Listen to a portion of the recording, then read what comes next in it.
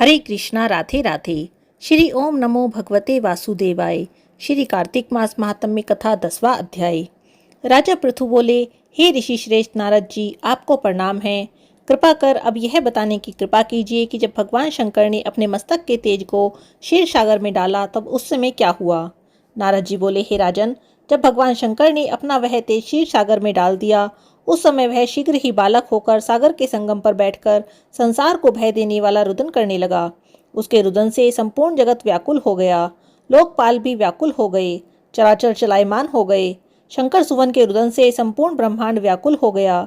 यह देखकर सभी देवता और ऋषि मुनि व्याकुल होकर ब्रह्मा जी की शरण में गए और उन्हें प्रणाम कर उनकी स्तुति करने लगे। उन सभी ने ब्रह्मा जी से कहा, हे पितामह, यह तो बहुत ही विकट स्थिति उत्पन्न हो गई। हे महायोगिन, इसको नष्ट कीजिए। देवताओं के मुख से इस प्रकार सुनकर ब्रह्मा जी सत्यलोक से उतरकर उस बालक को देखने के लिए सागर तट पर आए। सागर ने ब्रह्मा जी को आता हुआ देखकर उन्हें प्रणाम किया और बालक को उठाकर उनकी गोद में दे दिया। आश्चर्यचकित होते हुए ब्रह्मा जी ने पूछा, हे सागर, यह बालक किसका है? यह शीघ्रता से कहो। तब सागर ने विनम्रता पूर्वक कहा, हे प्रभु, यह तो मुझे ज्ञात नहीं, पर मैं इतना अवश्य जानता हूँ कि यह गंगा सागर के संगम पर प्रकट हुआ है।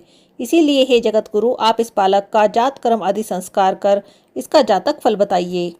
नारद जी कहते हैं, हे राजन, सागर पुत्र ब्रह्मा जी के गले में हाथ डालकर बार बार उनका आकर्षण कर रहा था।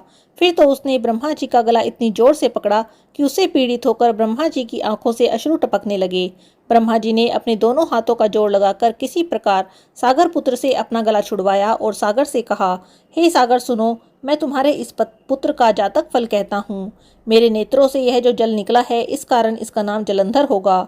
उत्पन्न होते ही यह तरुण अवस्था को प्राप्त हो गया, इसीलिए यह सब शास्त्रों का पारगामी, महापराक्रमी, महावीर, बलशाली, महायोद्धा और रण में विजय प्राप्त करने वाला होगा। हे सागर, यह बालक सभी दैत्यों का अधिपति होगा। यह किसी से भी पराजित न होने वाला तथा भगवान विष्णु को भी जीतने वाला होगा। भगवान शंकर को छोड़कर यह सबसे अवध्य होगा। जहाँ से इसकी उत्पत्ति हुई है यह वहीं जाएगा। इसकी पत्नी बड़ी प्रतिव्रता, सौभाग्यशालिनी, सर्वांग सुंदरी, परम मनोहर, मधुर वाणी बोलने वाली और शीलवान होगी। सागर से इस प्रकार कहकर ब्रह्मा जी ने शुक्राचार्य को बुलवाया और उनके हाथों से बालक का राज्य अभिषेक कराकर स्वयं अंतर्ध्यान हो गए। बालक को देखकर सागर की प्रसन्नता की सीमा नहीं रही। वह हर्षित मन से अपने घर आ गए। फिर सागर ने उस बालक का लालन पालन कर उसे पुष्ट किया। फिर कालनेमी नामक असुर को बुलाकर वृंदा नामक कन्या से विधि पूर्वक उसका विवाह करा दिया। उस विवाह में बहुत बड़ा उत्सव हुआ। श्री शुक्राचार्य के प्रभाव से पत्नी सहित जलंधर दैत्यों का राजा हो गया। कार्तिक मास महात्म्य कथा 10वां अध्याय समाप्त। हरे कृष्णा, राधे राधे।